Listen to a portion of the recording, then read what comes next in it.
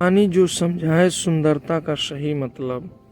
ये कहानी है ऐसी लड़की की लोगों को काफ़ी जज करती थी और सही सिर्फ उन्हीं लोगों के आसपास रहना चाहती थी जो शारीरिक रूप से आकर्षक हो। उसके माता पिता ने उसे उसके जजमेंटल होने के लिए काफ़ी बार समझाया, सिखाया और कुछ बार उस पर चिल्लाए भी। फिर भी वह बच्चों, जवान और यहाँ तक कि वयस्कों को भी जज करती। एक बार नौकरी कर रहे उसके माता पिता का ट्रांसफ़र दूसरे शहर में हो गया। उन्होंने घर ढूंढना शुरू कर दिया। कुछ घर देखने के बाद माँ के मन में एक अशुद्ध विचार आया। उन्होंने 2 घरों को फाइनलाइज किया और आखिरी निर्णय लेने के लिए अपनी बेटी को कहा।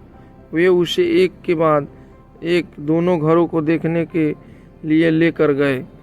एक घर को खूबसूरती से सजाया गया था और वह बाहर से आकर्षक और सुंदर दिखता था।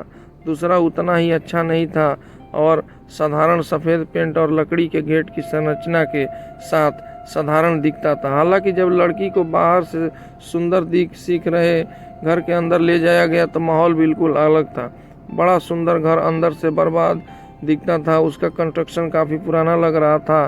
बदसूरत और अंधेरे कमरे, दीवारें क्षतिग्रस्त थी, छत टपक रही थी, शौचालय दागदार और गंदे थे और फर्श इधर उधर से टूटा हुआ था और प्राकृतिक प्रकाश का लगभग कोई स्रोत नहीं था। इसके अलावा घर में 4 कमरों में केवल एक शौचालय था। दीवार के अंदर कोई अलमारियां नहीं लगी थी। ड्राइंग रूम बहुत बड़ा था और कमरे छोटे थे। हवा के आउटलेट और खिड़कियां सीमित थी।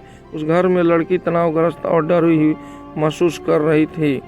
अब बारी थी उस दूसरे घर को अंदर से देखने की। जब उसे साधारण पुराने दिखने वाले घर के अंदर ले जाया गया तो उसने देखा कि उस घर को बड़े साफ सफाई से रखा गया था और अच्छी तरह से मेंटेन रखा गया था। अच्छी लड़की के फर्श, डिजाइनर मैट, पेंटिंग, फर्नीचर, खुशबू, साफ शौचालय, अच्छी बिजली और कांच के शोपीस के साथ कोई भी मंत्रमुग्ध हो जाए ऐसी घर की सुंदरता थी। घर में प्रत्येक कमरे के लिए संलग्न शौचालय थे। कमरे अनुपातिक आकार के थे और कई खिड़कियां होने के कारण इलेक्ट्रोफोबिक महसूस नहीं होता था। माँ ने पूछा, तो बेटा कौन सा घर अच्छा है, आप कौन सा चुनेंगी? लड़की ने बिना एक सेकंड भी सोचे बाहर साधारण सा दिखने वाला घर चुन लिया। माँ ने कहा, यह तो हमने पहले ही चुन लिया था, लेकिन मैं तुम्हें उसी बात को समझाना चाहती थी कि जो हम तुम्हें बार बार बताने को कोशिश कर रहे हैं। इसीलिए हम तुम्हें इन दोनों घरों में ले गए। बाहर से आप या कोई उस दूसरे की घर की प्रशंसा करेगा और इसे आसानी से अनदेखा कर देगा।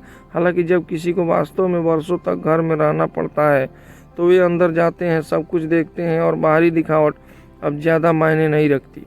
दरअसल तुमने भी अपने आराम को देखकर और अंदर की हकीकत जानने के बाद बेहतर दिखने वाले घर को ठुकरा दिया था। वह स्थान जहां तुम वर्षों तक रहोगी। इसी तरह हमारी इंद्रियां दुनिया के साथ बातचीत करती है।